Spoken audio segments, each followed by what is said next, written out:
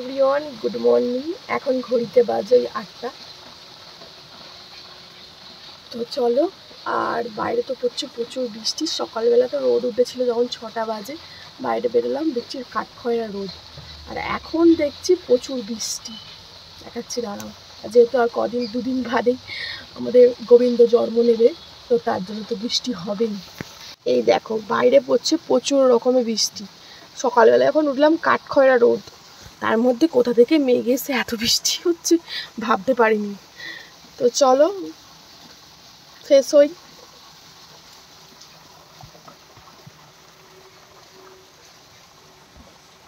বৃষ্টি ভেজে একটা সকাল দিয়ে দিনটা শুরু করছি, আশা করি দিনটা ভালো যাবে।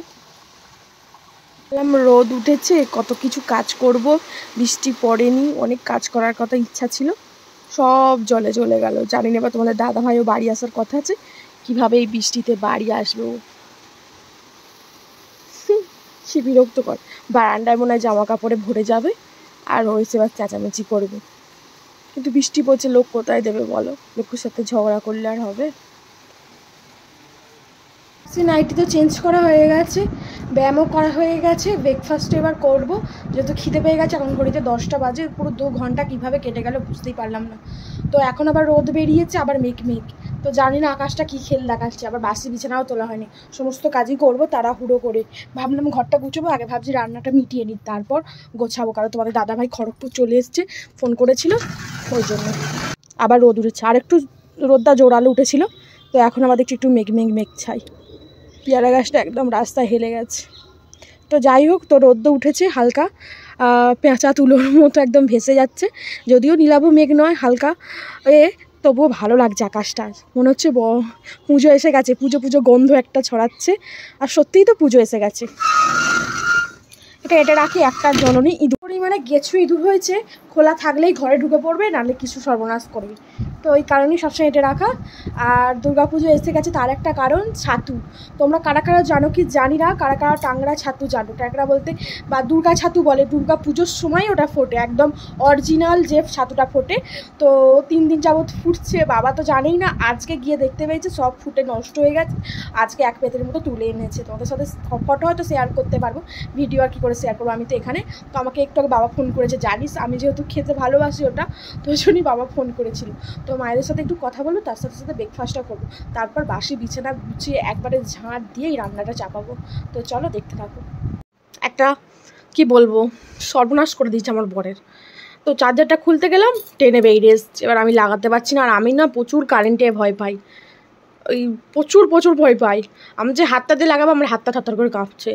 কিছু করিনি, চার্জও দিইনি ওখানে। আর আমি ওই ভয়ে এই জ্যাকটাকেও খুলি না, যে আমার ইলেকট্রিক কেটলির, যে বারবার খুললে কিছু হবে বাবা। আমি খালি সুইচটা এরকম অন আর অফ করে খালি করে নিই। আর ওখানে চার্জ দিই, তো যেহেতু চার্জারে এখানে সেরকম পয়েন্ট নেই, একটা আছে ওই বিছানাতে, ওটাতে আবার চার্জ দিলে এদিকে আলোটা অফ হয়ে যাবে।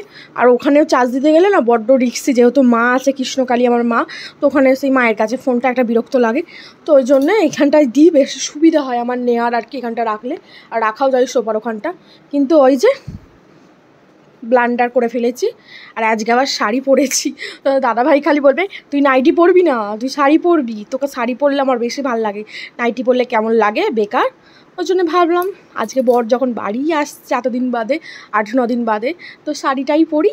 তো যাই হোক, এখন অনেকটা বেলা হয়ে গেছে, ব্রেকফাস্ট কমপ্লিট হয়ে গেছে, তোমাদের দাদাভাইয়ের সাথে কথা বললাম, মা বাপি সবাইয়ের সাথে কথা বলে এবারেই বিছানা গোছাবো, সাথে ভাত রান্নাও করবো, সমস্ত কিছুই করবো। আগে বাসি বিছানা গুছিয়ে ঘরদোর ঝাড় দিয়ে নিই, তারপর। তো চলো, সকাল সকাল উঠে এই কাজটা কমপ্লিট করে নিলে সব থেকে একটা বড় কাজ কমপ্লিট হয়ে যায়। কিন্তু ওই যে অলসতামি, কারণ রাত্রে ঘুম হয় না। আগে তো 12টা-1টা বাজলে ঘুম এসে যেত, এখন এমন হয়েছে 2-3টে বেজে যায় চোখে ঘুম আসতে। আর একাকিত্বময় জীবনে আর একা একা থেকেও ভালো লাগে না, জানি না ভগবান কবে দিন দেবে। তো যাই হোক, তো তোমাদের দাদাভাই যেহেতু বাড়ি থাকে না, তো সেরকম কাজের একটা কোনো চাপও থাকে না, আর একার মতো থাকি। তো ওই জন্য কখন উঠলাম, কখন শুলাম, কত বেলাই হলো, খেলাম কি না খেলাম, কোনো কিছুই আর এখন যায় আসে না, সবই অভ্যাসের দাস হয়ে গেছে আর কি। তো যাই হোক, দাদাভাই বাড়ি এসে আগে হাত পা ধুয়ে একটু বিছানায় শোবে, তারপর কিছু মুখে দেবে। তো আগেই ভাবলাম বিছানার চাদরটাকে গুছিয়ে নিই, তারপর রান্নাটা বসিয়ে দেবো। কারণ বিছানার চাদরটা গোছানো থাকলে ঘরের অর্ধেকটা কাজই কমপ্লিট হয়ে যায়। তো ওই জন্যে বিছানার চাদরটাও চেঞ্জ করব, বাট একটু অল্প অল্প ঝুলঝাল হয়েছে চারিদিকে, সেগুলো একটু তুলে চেঞ্জ করব। তো আপাতত এখন বিছানাটা ঠিকঠাক করে রাখি। তোমাদের দাদাভাই তো আজকের দিনটাই থাকবে, হয়তো কালকে আবার চলে যাবে। তো ও চলে যাওয়ার পরই বিছানার চাদরটা পাল্টে নতুন বিছানার চাদর পাতার ইচ্ছা আছে, কারণ ও থাকলে বড্ড বিছানায় খায় আর বিছানাটা নোংরা হবে আবার। তো ওই কারণেই। আর বাকি তো অনেক কাজ আছে, চারিদিকে পরিষ্কার করব, পাশের ঘরটা পরিষ্কার করব, বা ঠাকুরের বাসন বার করতে হবে, অনেক অনেক কাজ। তো কাজের শেষ নেই, যেহেতু বাড়িতে পুজো আর আমার গোপুসোনার জন্মদিন, লোকজন আসবে, তো রান্নার আয়োজন হবে, সমস্ত কিছুই হবে ধীরে সুস্থে অল্প অল্প করে। কারণ আমি একা মানুষ, একা হাতে যতটুকু পারবো ততটুকুই করব। আর গোবিন্দ যতটুকু চাইবে ততটুকুই তো হবে, তবে তো মায়ের ইচ্ছা, গোবিন্দের ইচ্ছা। তো যাই হোক, সমস্ত কাজ মিটিয়ে রান্না বান্না করি। তো চলো, আর আশা করি তোমাদের আজকের ব্লগটাও ভালো লাগবে।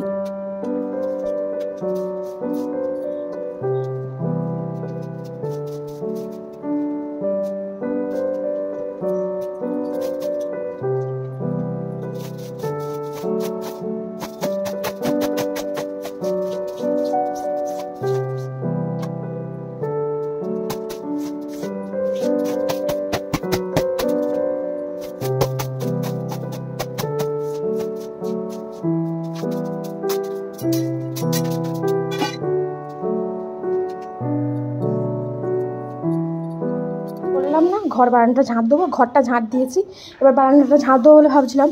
আমি যে একটু পরেই তো আবার রান্নাটা আমার কমপ্লিট হয়ে গেলে, আবার তো এই বেঞ্চটাকে যেহেতু ওইখান থেকে বার করেছি, ওইখান থেকে বার করে এইখানটা রাখবো, যেহেতু এইখানটা পুজোর জোগাড় হবে। এই যে এখানটা সব টেনে টেনে আমাকে আবার এখানে শিফট করতে হবে, যেহেতু পুজোর জোগাড়টা এইখানটাই মেনলি হয়।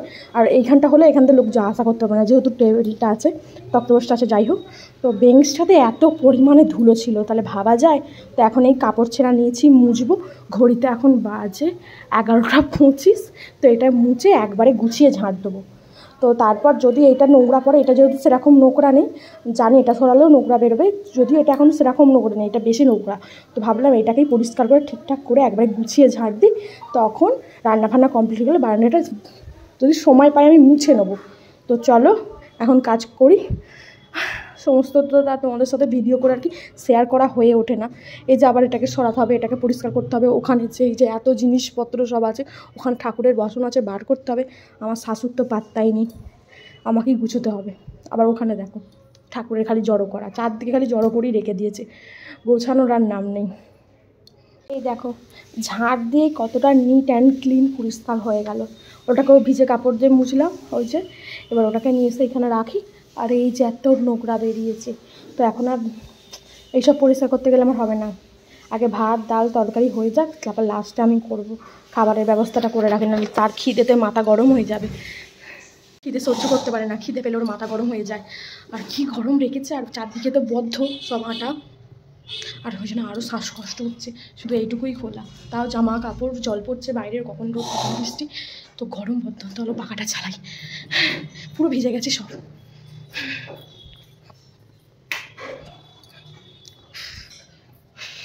এবার ওটাকে নিয়ে আসছি, 11:35 হয়ে গেছে। তো চলে হাত পাত ধুয়ে মুখটা ধুয়ে ভাতটা বসে দিই, তারপর কী কী রান্না হবে না হবে তোমাদের সাথে শেয়ার করবো।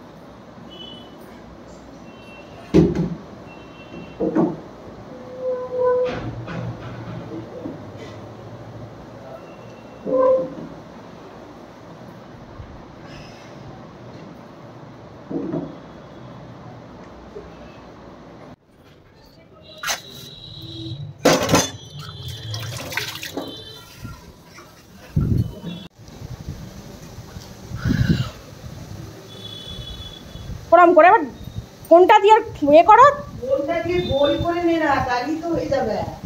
ওই তো হয়ে গেল।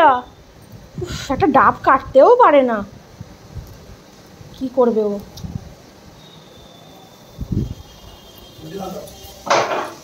তো তো চলো, তোমাদের সাথে তো সব শেয়ার করা হয়নি। ও বাড়ি চলে এসছে, ওর পেছনে আমার চার দিকে কিছু সময় চলে যাবে। এই গ্লাসে হবে না, টিফিন কৌটোটা নিয়ে যাও। এসে আমরা দিয়ে টকের ডাল,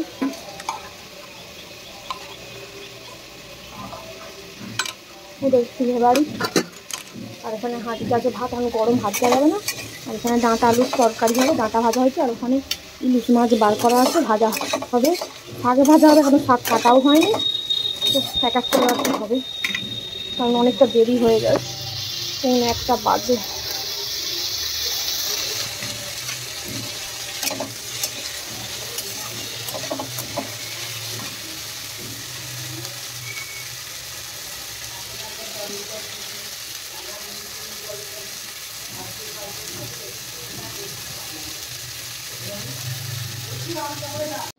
তো এইদিকে তো সব পরিষ্কার করা হচ্ছে। এই দেখো টেবিল ফেবিল সমস্তটা নিয়ে যাওয়া হয়ে গেছে। এই যে ঠেলে ঠুলে সব গোছানো হয়েছে, ভাগার হয়ে আছে। এই সব এবার পরিষ্কার করতে হবে। তো এইগুলো হবে, ওপরটা বলতে পারছি না। আর এই যে টেবিল ফেবিল এখানে সব রাখা হয়েছে, জল ফল দিয়ে সমস্তটা গুছিয়ে। তো এই যে, তো চলো।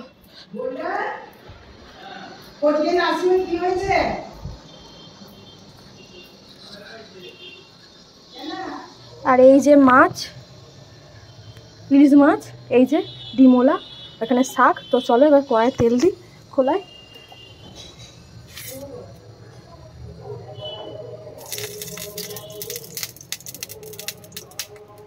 এখানে আমাদের নার্সিংহোমে যেখানে আমার দাদাকে দেখাতে যাই, এখানে আবার কী ঝামেলা হয়েছে এই তো সব বলে আসছে, খবরে নাকি দেখাচ্ছে আবার।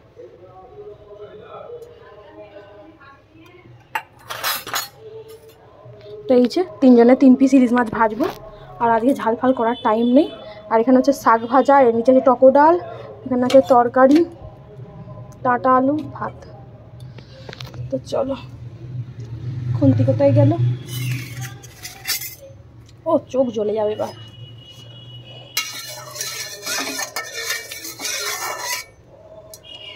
তেলটা ততক্ষণ গরম হতে থাকে, ইলিশ মাছে নুন হলুদটা মাখিয়ে নিই।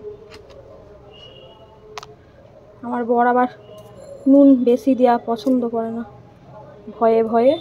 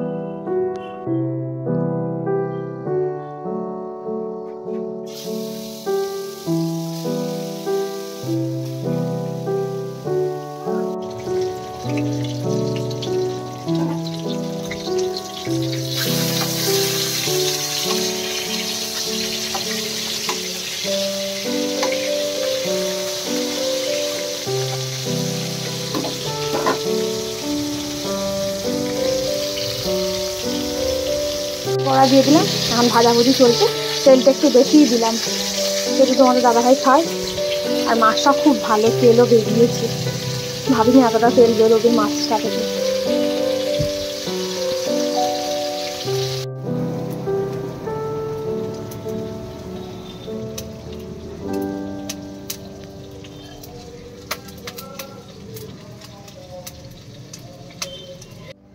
তো পোঁটা ভাজা হয়ে গেছে। তো চলো এবার খাবার পালা, খেয়ে দিয়ে তারপর বাসন মাজার কাজ সব হবে। এই যে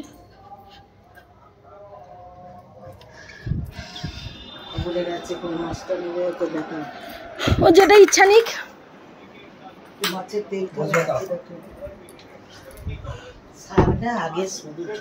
জল নিয়ে আসুন ওর। এখন ঘড়িতে বাজে, দাঁড়াও দেখাচ্ছি, বাজতে 20 মিনিট বাকি, ওই 5:45 ধরছি। তো এই জাস্ট স্নান করে এলাম। খাওয়া দাওয়ার পর তো বিশাল একটা কাজ হয়েছে, যত ওই ঘরে নোংরা টোংরা সমস্ত শাশুতে আমাদের পরিষ্কার করে ঝাঁট দিয়ে সব বস্তায় প্যাক করে ভরে রেখেছি। আর তোমার দাদাভাই ফেলবে, ও তো ঘুমোচ্ছে ভাত খেয়ে, আর আমরা যেদিকে এত কার্য করলাম ও কিচ্ছু জানে না, সব ফেলবে তুমি। তো এই তো চান করে এলাম, তোমার সাথে আর কি শেয়ার করিনি, কারণ ফোন নিয়ে কাজ করতে গেলে আরও দেরি হবে। তো ফোন রেখেই তাড়াহুড়ো করে আর ঠাকুরের বাসন টাসন সমস্ত বার করা হয়ে গেছে, খালি এবার মাজার পালা। এবার কালকের দিনটা, কালকে এখন অনেক কাজ। তোমাদের দাদাভাই কালকে ডিউটি চলে যাবে, এই বিছানার চাদর চেঞ্জ করব, খাটফাট মুছবো, ড্রেসিং টেবিলের ওইখানটা একটু পরিষ্কার করব, আর এইখানটা একটু পরিষ্কার করে এটা ভাবছি চেঞ্জ করব। তো অনেকটা ঝামেলার কাজ, তো সমস্তটা করতে হবে একটু একটু করে, কিছু করার নেই। তো করে টোরে ওগুলো রাত্রের দিকে করবো, যেহেতু আমি রাত্রে ঘুম আসে না, রাত 1টা 2টো অবধি জেগে থাকি, তখন ভাবছি এই কাজগুলো করে নেবো। আর বাইরে আর কিছু কাজ নেই, খালি ঠাকুর ঘরের সামনেটা ওগুলো আছে, ওগুলোতে কী আছে দেখে কালকে আমাদের দাদাভাইকে বলবো ফেলে দিয়ে আসতে, তাহলেই পরিষ্কার হয়ে যাবে। আর না হলে একটা জায়গায় জড়ো করে রাখবো, নিচে বাগানে কোথাও, পরে ফেলে দেওয়া হবে। এই আপাতত আপডেট, তোমাদের পরে শেয়ার করছি। এখন বসলাম, দিন ছুটি থাকবে, কিছু কিনবো না, পাপড়ি চাট খেয়ে আসবো। তো বিউকুরের পর থেকে তো ভিডিও করতে পারিনি, আমাদের তেলের মনের এখানে একটা ভয়াবহ দুর্ঘটনা ঘটে গেছে। তো এখন জাস্ট তেলের মনেই এসছি, ভয়ে ভয়ে এসছি। তোমার দাদাভাইকে বারণ করলাম, কথা শুনবে না। তো এখানে আমার দাদাকে যে ডাক্তার দেখাতে এসেছিলাম, ওই যে নার্সিংহোম সেবা সদন, তো ওখানে একটা নার্স গলায় দড়ি দিয়েছে না মার্ডার করে ঝুলিয়ে দিয়েছে কালকে রাত্রে। এখানে সিঙ্গুরে, এখন আমার যেহেতু সিঙ্গুর বড়া তেলের মনে থাকি অন্তর্গত, তো বড়া তেলের মনেই সেবা সদন হসপিটালে হয়েছে, এই নার্সিংহোমে হয়েছে আর কি কাহিনিটা। তো এখানে প্রচুর পুলিশ, বাবা মা এসছে, পুরো তিলোত্তমার ঘটনা 1 বছর আগে যেমন আরজি করে হয়েছিল, এখন এরকম সেম এখানে হয়েছে। এই দেখো এখন আমরা তেল পাম্পে এসেছি তেল ভরার জন্য। তো তেলের মনে আমাদের বড়ার বাজারে বাড়ি, আর বড়া তেলের মনে পুরোপুরি আরজি করের মতো, পুরো একদম সেম টু সেম। বাবা মাকে বলা হয়েছে যে অসুস্থ আসুন, আর এখানে এসেছে যাই বলছে মারা গেছে, সিঙ্গুর থানায় নিয়ে চলে গেছে।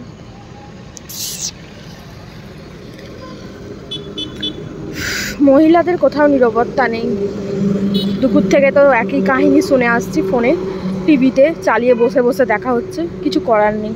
বাড়ির সামনে, বাড়ির সদর গোড়ায় চোখের সামনে এরকম। আর আমি 2 দিন আগেই জাস্ট সোমবার দিন এই হসপিটাল থেকে ঘুরে গেছি আমার দাদাকে নিয়ে, চেক আপ করিয়ে, আর আজ এই কাহিনী।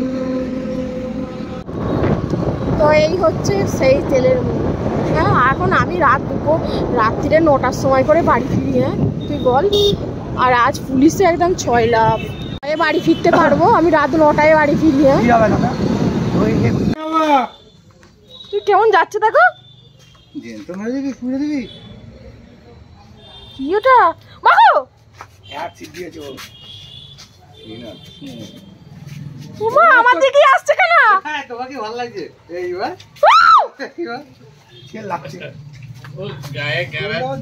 আমার গাড়িতে আমার ঢুকে যাবে।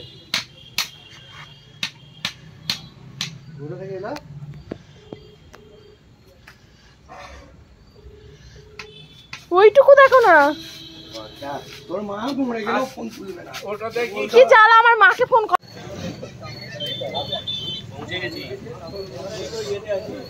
আমি তোমাদের সাথে শেয়ার করব কি কি কাজ করেছি সকাল এই দুপুর থেকে, সমস্ত কিছু গোছানো টোছানো আর কি। তো আর পাচ্ছি না, দেখলে তো একটা অঘটন হতে হতে বেঁচে গেলাম, সাপে কামড়াচ্ছিল আমাকে এক্ষুনি। তারপর তো ওই ম্যাট ফ্যাট সব কিনে আনলাম, কালকে তোমাদের সাথে সমস্তটা শেয়ার করব। এখন ঘড়িতে পুরোপুরি 9টা বাজে, তো বাজারে বেরিয়েছিলাম, একটু ফুচকাও খাওয়া হলো, আর সমস্ত কিছু কেনা টেনা হলো, গুছিয়ে মিষ্টিও কেনা হয়েছে, মিষ্টিটা মনে হয় ওর গাড়িতে। তো এই যে হচ্ছে কাহিনী। তো রাত্রে আর এসে কখন আটা মাখবো, কখনই বা রুটি করবো, কখনই কী করবো। আবার তোমাদের দাদাভাই সকালে ডিউটি, তো ওই কারণে তোমাদের দাদাভাই বললো চলো খাবার কিনে নিই, মায়ের জন্যে, তোমার জন্য, সবার জন্য খাবার কিনে নিই। এগরোল, মা বললো আমি এগরোল খাবো, ও বলে তাহলে আমি নানপুরি, ঘুগনি, কাটলেট এগুলো সব নেওয়া হয়েছে খাওয়ার জন্যে। আবার এখন গেছে বিরিয়ানি কিনতে, কে বোঝাবে তাহলে বলো, আবার বিরিয়ানি কিনতে গেছে। তো যাই হোক, এইসব দিয়েই রাত্রিরে খাবার দাবার হবে। তো চলো আসুক, ও কী কী আনে তোমাদের সাথে শেয়ার করব। আর মা তো এখন খাচ্ছে না, পুজো করছে, তো পুজো সব মিটে গেলে একসাথে খাওয়া। আবার ডিম সেদ্ধ খাওয়াই পড়েছে, আর ডিমও সেদ্ধ বসানো হয়েছে। কত রকমের ওর বায়না, হাঁপিয়ে গেছি ভয়ে ভয়ে ভয়ে, পুরো আমার সাপে কাম। এরবেলা বল সারা। তো এই যে রাত্রের খাবার দাবার, এতে আছে বিরিয়ানি, আর এতে আছে নান পুরি। দাঁড়াও একটা একটা করে সব পুরি। ও আবার এতে কাটলেট, দাঁড়াটা প্লেট আনি, অফ করো, ঠান্ডা হয়ে যাবে, মা খেতে আসবে। গরম আছে? এখনো গরম আছে। এগুলো হচ্ছে চিকেন কাটলেট আর একটা ফিশ ফ্রাই, কত কিছু খাবার আছে।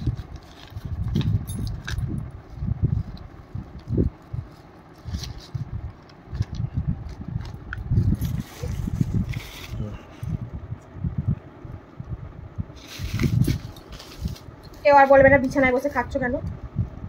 এটা হচ্ছে ঘুগনি, এই যে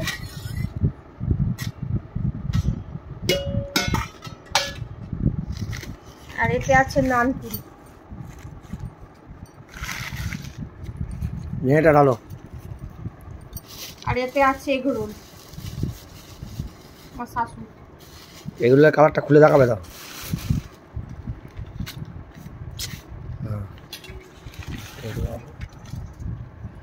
বিরিয়ানিটা দাও।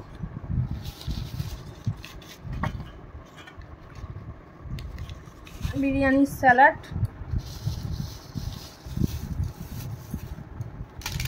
পড়বে পড়বে, ভর্তি আছে, চাষ করে পড়ে যাবে।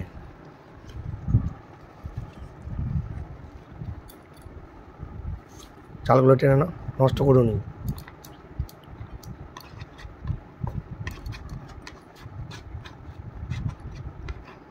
এর যে খাবার দাবার,